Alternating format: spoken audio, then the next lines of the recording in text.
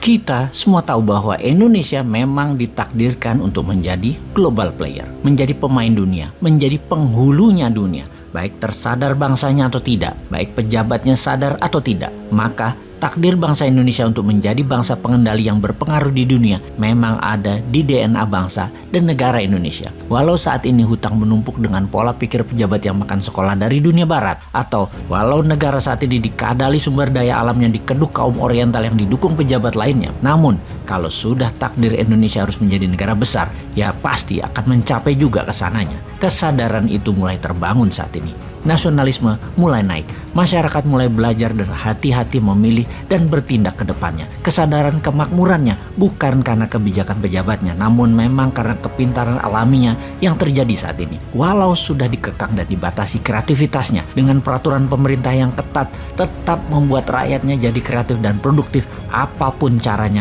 Karena memang DNA kita, DNA juara, DNA pemain dunia, DNA global player. Kita ini bangsa survival yang bertahan di tengah bencana, di tengah masalah, dan di tengah kerusakan dengan bergantung pada kekuatan gotong royong bangsa sendiri. Kita buktikan sejarahnya bahwa tanah air kita, alamnya mengingatkan bahwa jangan main-main dengan Nusantara. Misalnya, alam meledakkan gunung berapi yang menyebabkan terjadinya Danau Toba mengguncang dunia dengan kekuatan erupsi super atau ledakan dahsyat pernah dihasilkan Gunung Toba di Sumatera Utara sekitar 74.000 tahun yang lalu. Efek ledakan tersebut membuat dunia berubah. Banyak kematian terjadi, namun pastinya yang survive adalah yang terpilih yang tahan uji. Lalu ledakan Gunung Tambora yang terletak di Pulau Sumbawa.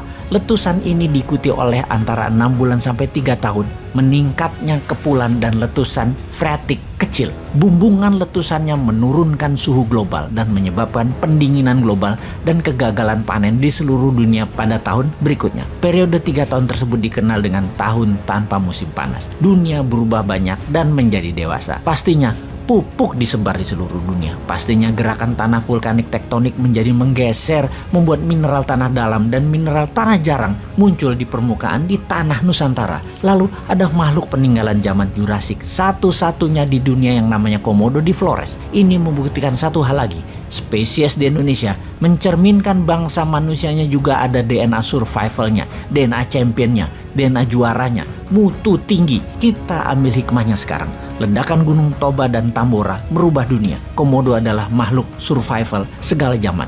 Indonesia untuk menjadi pemain dunia harus menciptakan ledakan-ledakan Toba dan ledakan Tambora yang baru dengan semangat survive segala zaman yang sesungguhnya ada di DNA putra-putri bangsa Indonesia. Corona itu tidak akan bisa mengalahkan bangsa Indonesia, apalagi kalau produk lokal mendapat izin edarnya. Bahkan bisa tanpa vaksin, bahkan bisa tanpa PCR. Namun titer antibodi bangsa Indonesia tetap tinggi karena memang ramuan alaminya ada. Kekayaan alam mineral, tak perlu teknologi asing dan tergiur narasi ocehan orang asing agar dikeduk asing mineral tambangnya dengan investasi asing. Sungguh, pakai kekuatan bangsa sendiri itu bisa, sehingga bisa jadi nilai jaminan aset bangsa untuk mencetak alat bayar. Akhirul kalam, wahai sahabat New Mind, karyamu mengguncang dunia sedang dinanti karena DNA-mu adalah DNA juara. Ayo buktikan.